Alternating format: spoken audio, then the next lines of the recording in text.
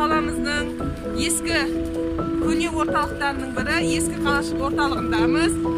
Бұл жер біздің заманымыздан бұрынғы 3-ші және 2-ші ғасырда салынған. Қазіргі таңда бұл жерде құрылыс жұмыстары жүріп жатыр. Бірақ қамалдың биіктігі 14 метрге дейін салынып жатыр.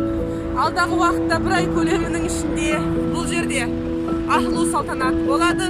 Сондықтан сіздерді жол жөнінде таныстырамыз. Бұл Шымкенттегі ескі қалашық, қаламыздағы ең көне және сонымен қатар шырайлы жерлердің бірі. Бұл қалашықта тақта ғана еліміздің тұңғыш президенті Нұрсұлтан Әбішұлы Назарбаев кезінде болатын. Сонымен қатар ішіндегі барлық археологиялық ескерткіштерге алдағы уақытта бұл жерлерде көптеген археологиялық нысандар мен мұражайлар ашылады. Қаламыздағы бұл қалашықтың ашылуы бір айдан кейін болады. Сол кезде осы қалашықтың ішіндегі мұражайлар мен археологиялық орындармен сіздерді таныстыратын боламыз. Бізбен бірге болыңыздар.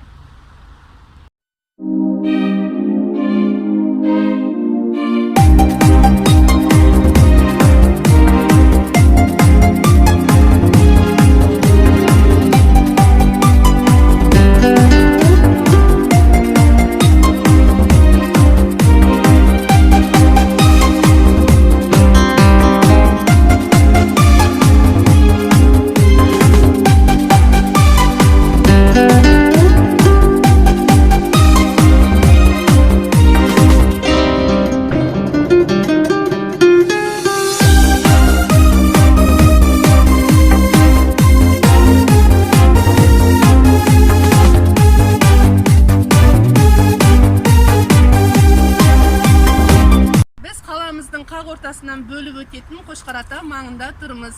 Бұл Қошқарата өзенінің тарихына тоқталатын болса, Қошқарата 11-ші ғасырда Қарата өңірінде дүниеге келген, жас кезден өте зерек болған. 7 жасында Бұхара қаласына оқуға кетеді. Сол жерде 10 жыл оқу алып, қайта өңірімізге келіп мешіттер мен медреселер ашқан. Оның шын есімі Қылыш. Арғы атасы Арқар. Мендей арқар болмасаң да Қошқарбайдай бол деп бата берген деседі.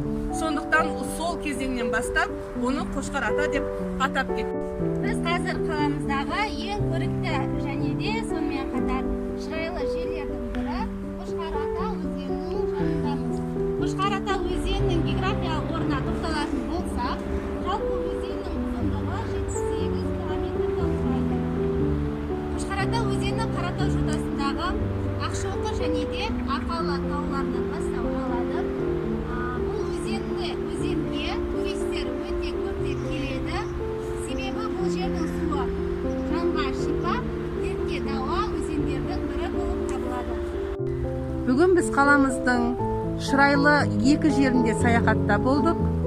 Ендігі кезекте 10 күндігіміздің аясында қаладағы ең көрікті жерлерге саяхаттайтын боламыз. Бізбен бірге болыңыздар.